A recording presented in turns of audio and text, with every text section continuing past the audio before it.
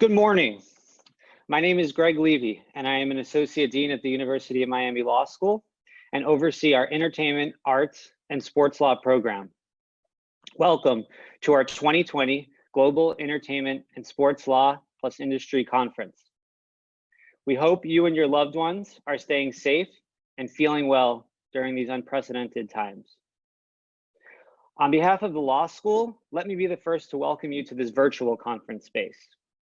We have over 1,100 registrants for this event, coming from Florida, New York, Nevada, California, from Poland, Italy, Argentina, and Colombia.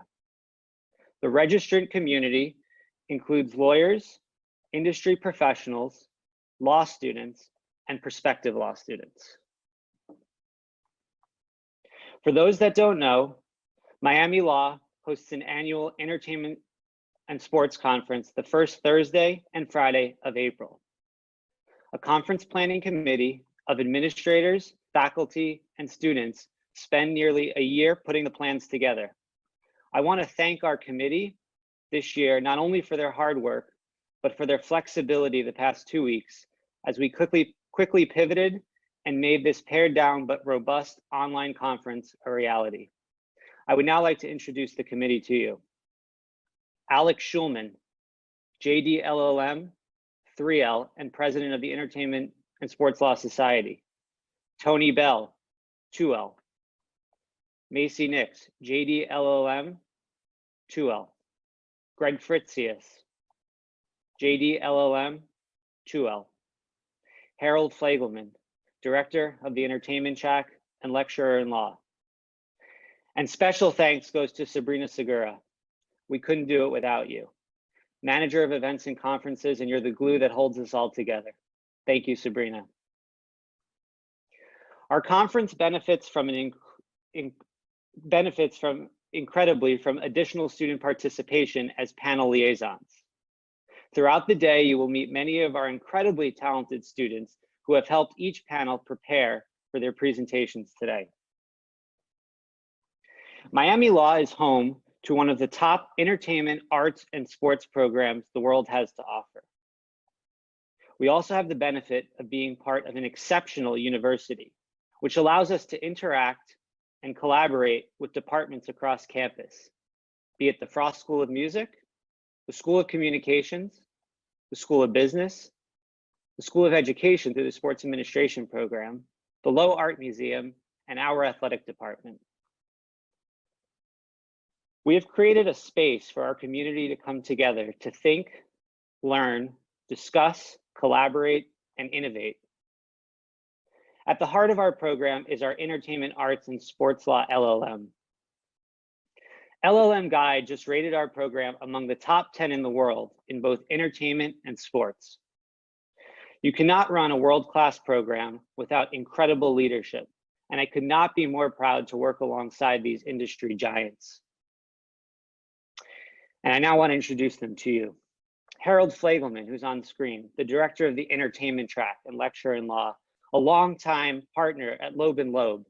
He joined Miami after leading the corporate media and entertainment practice group, and we couldn't be more thrilled to have him as part of our university community. Peter Carfagna, co-director of the sports track, you'll get to meet him later. A visiting professor at Harvard Law School, former Jones Day partner, and then chief legal officer at IMG. Patricia D. White, co-director of the sports track and dean emeritus. She served as tax advisor to the economic study of Major League Baseball during the '94 strike. And Stephen Urice, you'll meet him very shortly. Director of the arts track, professor in law, and one of the world's leading experts on art law, museum law, and cultural property and heritage law. You also can't run a program like this without incredible support from the community. Our community of ESL practitioners now reaches well over 200 that participate regularly in our programming over the course of the academic year. The panels today feature many of our faculty and special guests who teach, mentor, guest lecture, and help provide student internship opportunities in our program. And I want to take a moment to recognize them, even if we can't mention each by name. You will note today's topics are timely and that the entire afternoon will focus on COVID-19 as it relates to the entertainment and sports industries. This conference will be interactive and provide you a chance to ask questions via chat to each panel and Innovation Talk speaker. This webinar today is an excellent representation of the type of opportunities available at Miami Law. I could not be prouder to be part of this community. I now turn it over to Entertainment Sports Law Society President, Alex Schulman. Thank you, Greg, and a big thank you to our incredible faculty, staff, and students who have made this virtual conference possible. As Greg mentioned, we are living in extraordinary times. The global crisis has impacted our lives in ways we could never have predicted. Despite this reality, our community has come together, putting forth a program covering issues of interest to our industries and students, as well as addressing the grave concerns of our time. There is no doubt that our resiliency is attributable to the robust dedication and curiosity of the faculty, staff, and students within the Entertainment, Arts, and Sports Law program here at the UM School of Law. Whether in person or online, the Entertainment and Sports Law Society and the Entertainment, Arts, and Sports Law program will always find ways to create meaningful spaces for our community. While it is unfortunate we do not have a live program today, we do have an opportunity to create a more interactive space by leveraging our video conference technology. As you can see at the bottom of the screen, attendees have the option to ask our speakers questions directly. Other attendees can see your questions and have the chance to vote on which questions they would like to have asked. This process will help the moderator filter through questions that our audience are most interested in having answered. There is also a chat function in the bottom right of your screen where you have the opportunity to interact with fellow attendees. Today, we are featuring 4 panels and 4 short talks and a closing conversation with innovation at the heart of today's event.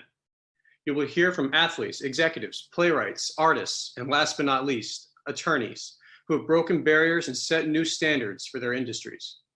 It is our hope that our panelists' experiences will spark meaningful conversations within your communities and respective businesses. Before we begin today's programming, we wanted to thank our sponsors, which include the University of Miami and the School of Law, Contact, JAMS Mediation, Arbitration, and ADR Services, Jones Day, and Pay Dirt Sports Law. We appreciate your support. None of this would be possible without you. Our first innovation talk will begin shortly at 9:15, featuring Horacio Gutierrez, Head of Global Affairs and Chief Legal Officer at Spotify. Stay tuned. Good morning and welcome everyone. Thank you for joining us, and we hope that all of you are remaining vigilant. Thank you, Greg, for the gracious introduction. I am Harold Flegelman, Director of the Entertainment Track in our graduate program in Entertainment, Arts, and Sports Law, and also a lecturer in law.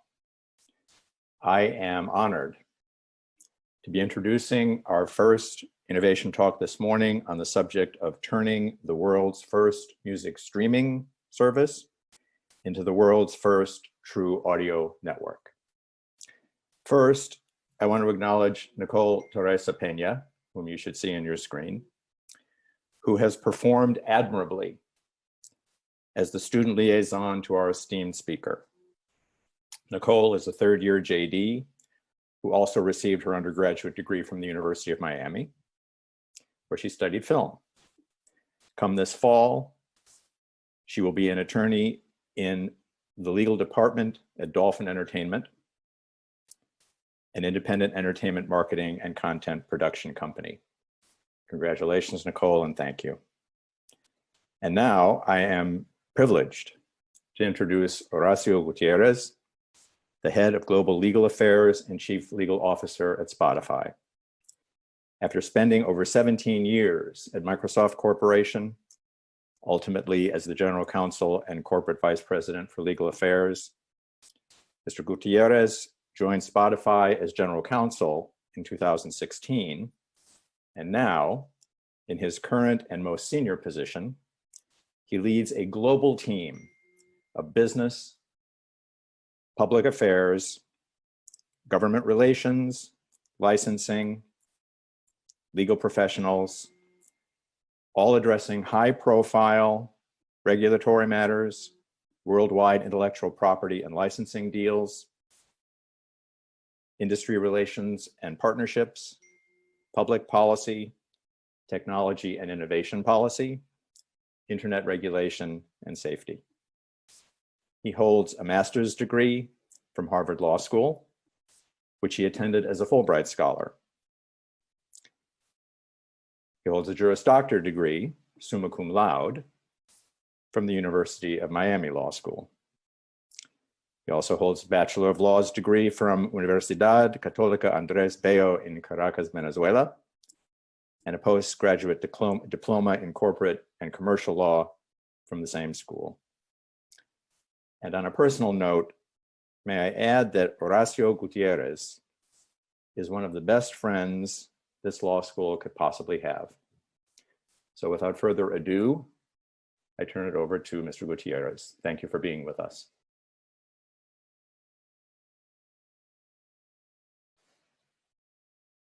Thank you, Harold. It is truly my pleasure to be here. I want to talk about something that you may have read in the media before, and that is the transformation of Spotify into a true audio network. Give me just a second to present.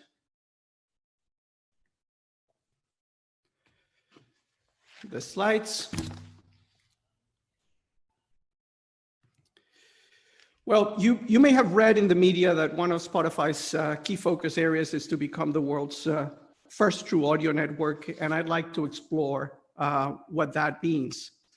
Ultimately, everything we do at Spotify has a real impact on driving and shaping culture. And we have three ways to make an impact. It's the music that we program, the podcasts that we create, and the tools that we give creators.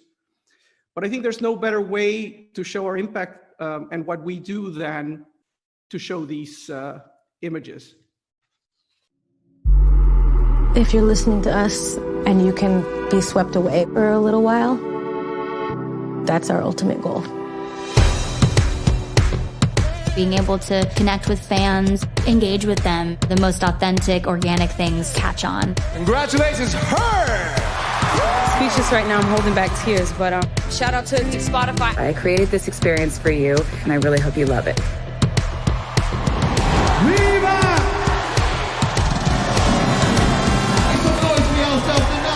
To have me on the cover of Rap Caviar, it ain't nothing short of a blessing. It's amazing.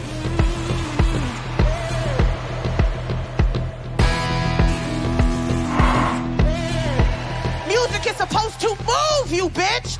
Are you moved? Duh. 9 total bangers, songs that we would want to end the set with. Wanted to create something that was literally you stepping into my mind. World's biggest little band! What, no claps? Spotify has signed an exclusive podcasting deal with former U.S. President Barack Obama and First Lady Michelle.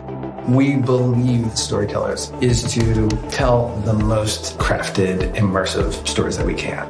Audio has this very special power to take you inside of an experience in a way that can really bring you there.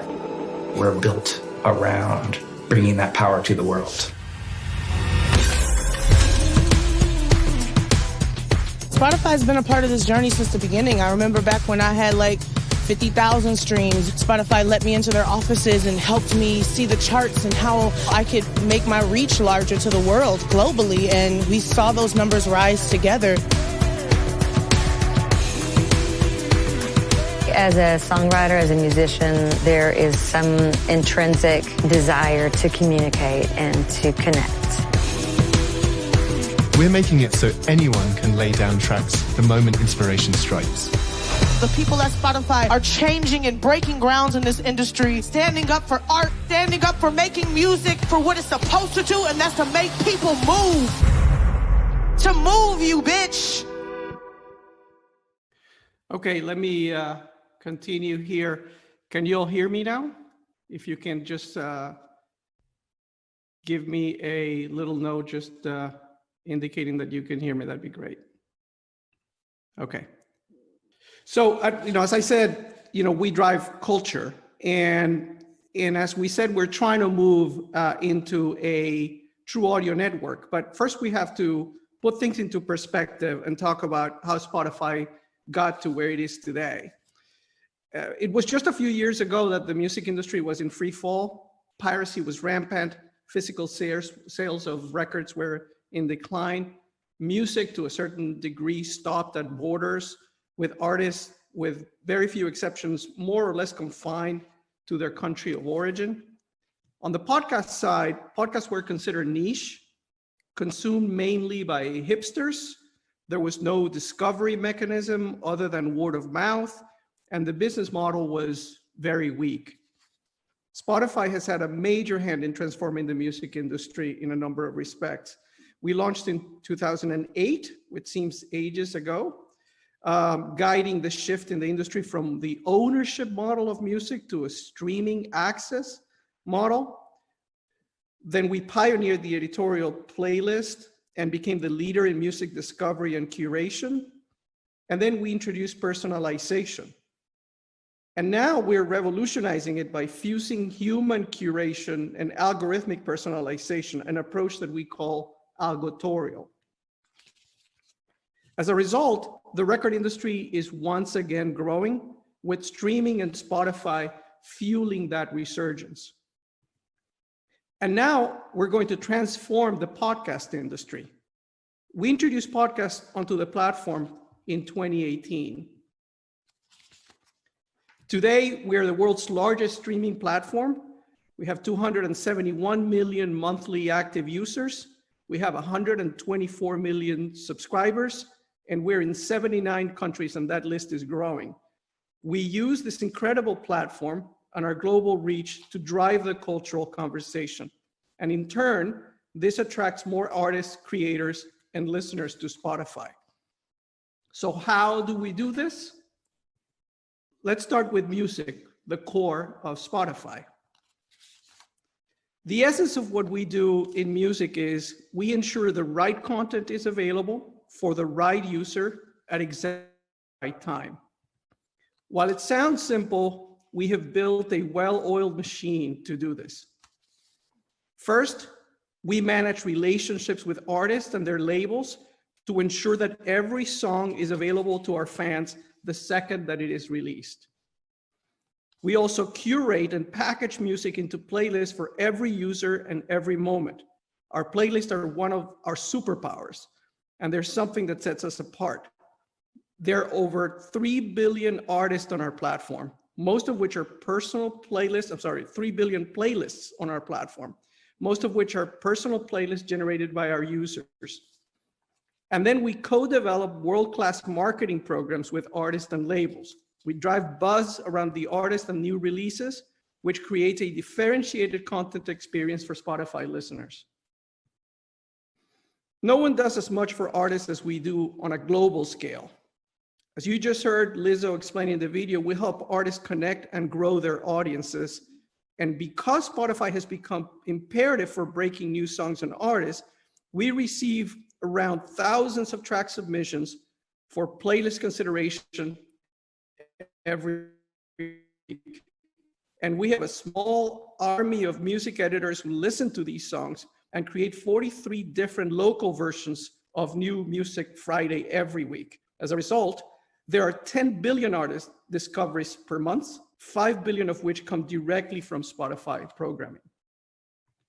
So that's music, but what's next? Well, what's next for us is podcast, the next frontier in audio. And this time we're expanding our role in shaping culture by creating content as well, not just distributing. Art starts with great creators. Not only are we building excellent in-house teams of creators within Spotify studios and our markets, we've gone out and acquired great teams in Gimlet and Parcast to speed up that process. And just in February, we acquired The Ringer, giving us a best-in-class team in sports and entertainment offerings. We're seeing exponential growth in our podcast consumption. Today, we have more than 700,000 podcast titles available on the platform. More than 16% of our total monthly active users now engage with podcast content, and consumption hours in the fourth quarter of 2019 grew 200% year over year. And finally, we have our marketplace, where we help creators and fans connect by giving creators the tools they need to be successful. Let me show you how we're doing this. First, we have the largest community of creators and fans in the industry. This level of scale uniquely positions Spotify to develop new business opportunities. And we've identified 4 key areas where we can add significant value to creators: in connecting, creating, distributing, and growing. Today, to create great content, you need to connect to the best creative professionals regardless of where they live, especially at a time like this. To meet this creator need, we offer SoundBetter, the leading music talent marketplace, which connects service providers like singers, songwriters, and sound mixers with one another so that they can facilitate their collaboration. Once artists have found one another, it's time to create content. Soundtrap has some of the best tools in the industry to create music and podcasts. Then it's time to distribute the content on platform. For context, we've had 50 million tracks delivered to our platform, or 130,000 songs and episodes uploaded every day. Finally, we give creators the data and the tools they need to attract and grow their audiences. Our analytics tool for creators, Spotify for Artists, currently has about 550,000 monthly active creators. And we just launched our Marquee product, which notifies fans of new artist releases. So that's just a taste of what we do at Spotify. We make it possible for users to connect with whatever audio content they want, whenever they want it. We help artists break out. We ensure that great podcast storytellers go global. We give creators of all walks the tools to connect with audiences. Thank you.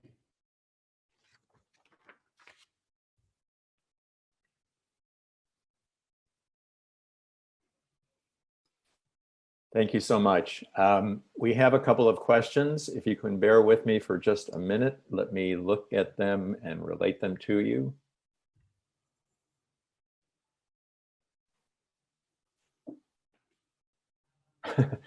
Okay. Yeah, this is a question. This is a question that I've heard a lot, and I think it's desirable for everyone to hear your response, because it has been my experience, and I'm not expressing an opinion so much as I'm reporting what I've read, that there are issues relating to compensation of artists by Spotify, the responsibility for which does not always fall with Spotify. So let me read the question. Spotify clearly does so much for artists in the music industry. Can you talk about the ways in which Spotify is working to properly compensate songwriters, helping fans to discover more about the people behind their favorite songs? Can you touch on the CRB royalty rate increase appeal and the legal issues involved with payment for the use of music on Spotify? Yeah, thank you. That's a fair question, and it's something that's been out there in the press. Let me just start by reminding people about the business model of Spotify. We pay over 70 cents per each dollar that we generate as revenue. Of the gross amount of royalty that revenue that we generate, more than 70% of that money goes to labels and publishers and performance rights organizations around the world. So the vast majority of our revenue goes there. Our gross margin is, somewhere around 25%, and this is public information. So I think it is fair to say that of the billions of dollars of revenue that we generate each year, the vast majority of that money goes to creators, goes to songwriters, it goes to artists, it goes to others. It is true that songwriter compensation in the US has been subject to this process called the CRB. And as a result of that process, the CRB board issued a decision in which there was an increase over a 5-year period of something close to 44% or so of a rate increase.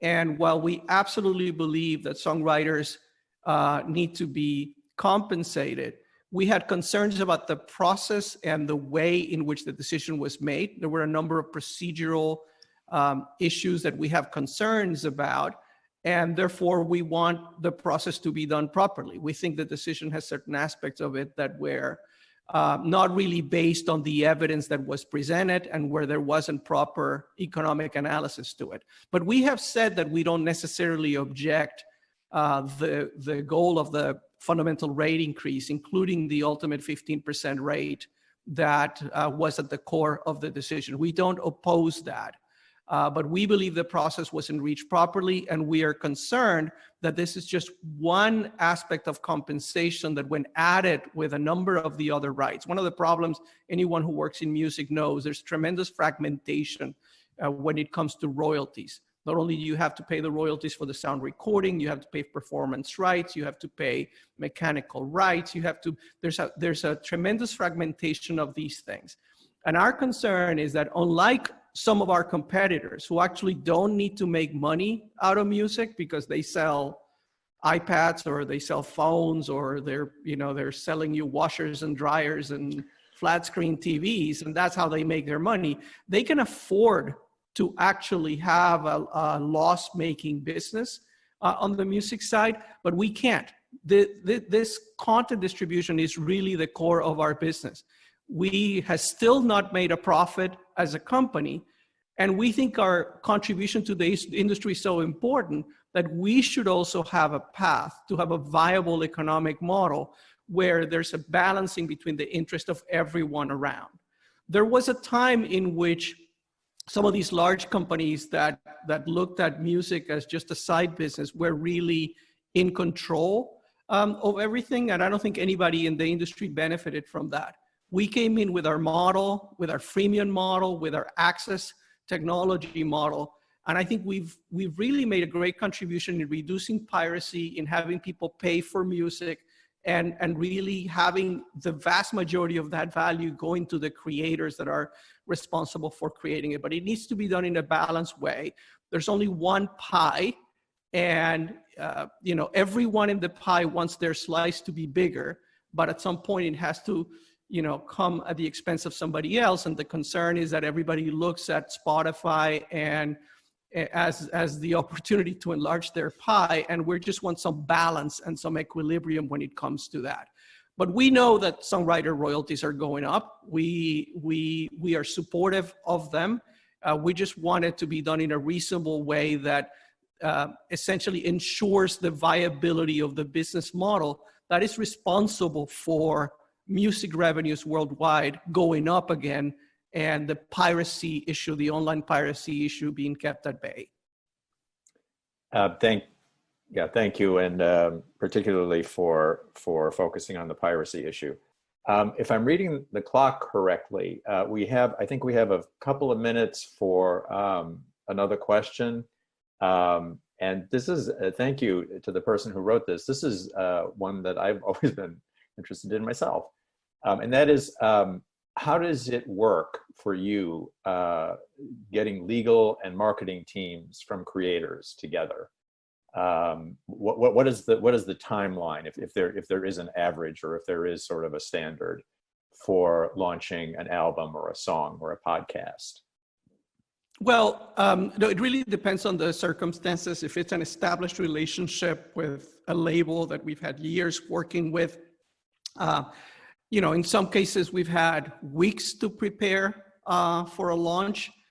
In some cases, frankly, some artists, give us notice within hours of the release, and then it sends us scrambling to do it. I think one of the wonderful things about the new model, and honestly, the impact of the internet on this business, is you can actually do that. Just imagine how it used to work before the internet, and when you're talking about physical media, and you had, a label had to print vinyl records or CDs, and they had to be sent out to the retail shops, and they needed to have this huge marketing campaign, offline marketing campaign, in order to be able to promote it. And then they needed to engage with DJs in radio stations to promote it. All of that was incredibly inefficient, and the lead time was really months for a campaign like that, which also explained why albums were dropped, every year and a half or 2 years or something like that. Now you see people dropping singles and dropping EPs,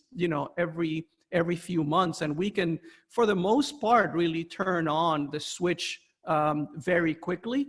Now that we're offering more promotional services in the context of marketplace, we can work with people to create campaigns on and off platform, and that's a matter of days or weeks to do. But I think we're really living at an exciting time in the music industry.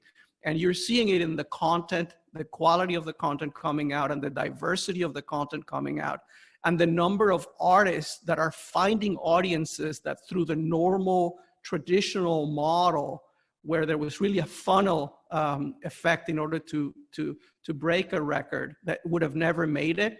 And that makes it for a better experience. There's an artist for everyone, no matter what your taste is. I love it. We only have, it looks like, a couple of minutes left, so I apologize if this puts you on the spot, but I'm curious about this as well. An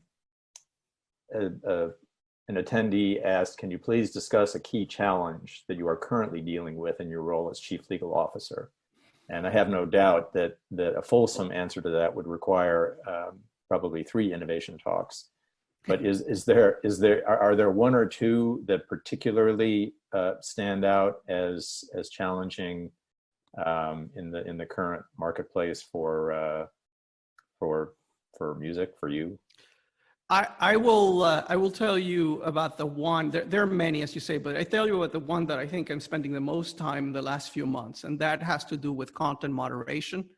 The expectations of the world, the public and regulators around the world about how the responsibility that tech platforms have on the content on the platform is changing completely. So the rules are not written, but more is expected of tech companies.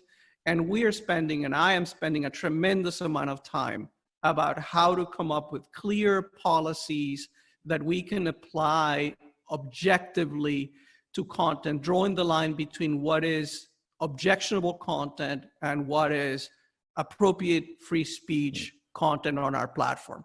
That was an issue in the music world that we operated before, but it's certainly much more of an issue in the world of podcasts, where you have, news and political podcast and opinions there, and sort of figuring out what is manipulation, screening the things that are being said to ensure that we're protecting our users is really critical. And it requires, because of the volume of content coming in, you can't just rely on human review of that. You need to have a combination of algorithmic tools, sort of AI solutions that will flag issues for you.